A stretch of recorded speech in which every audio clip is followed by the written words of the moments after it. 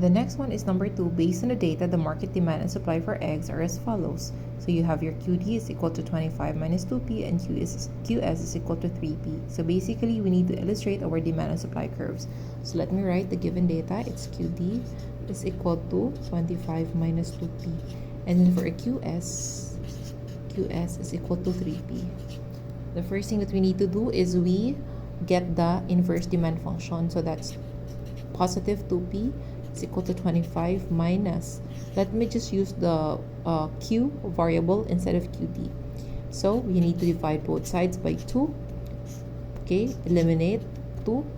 25 divided by 2, that's 12.5, and this is a coefficient of 1, that is 1. Negative 1 divided by 2, that's negative 0.5Q. This is our inverse demand function, while this is the original demand function.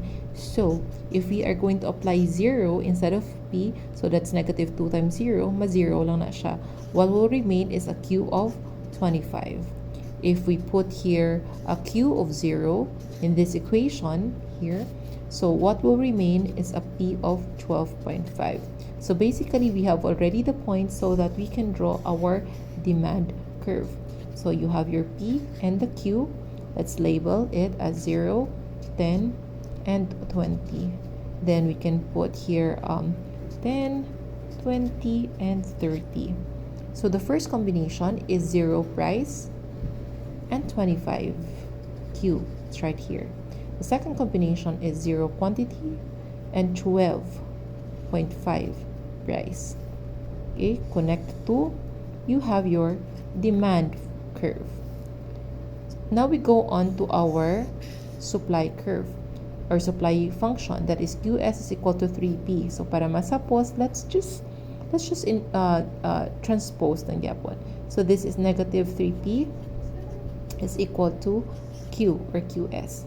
Divide both sides by negative 3. So P is equal to, that's 1 divided by negative 3, that is 0.33. Okay, negative. This is both negative. So negative 1 divided by negative 3, that's 0.33 Q.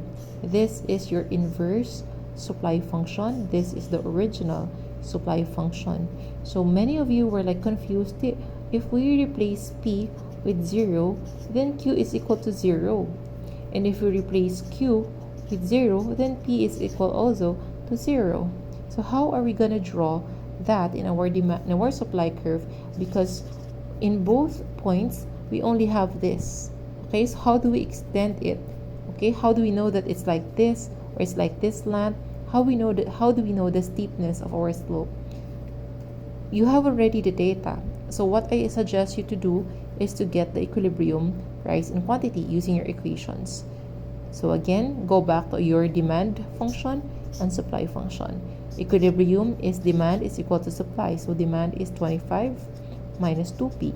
Supply is 3P.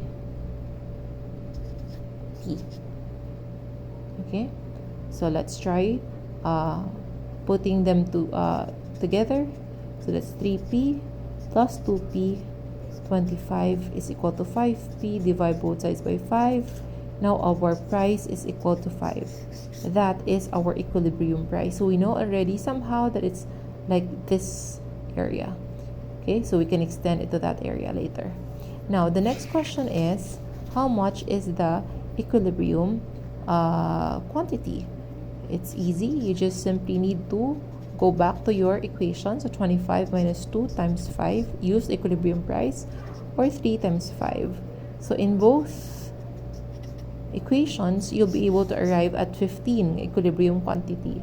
So now you know that the equilibrium price is 5 and the equilibrium quantity is 15.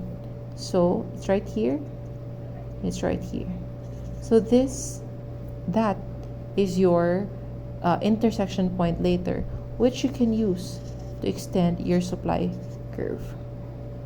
So that's your demand and supply curve.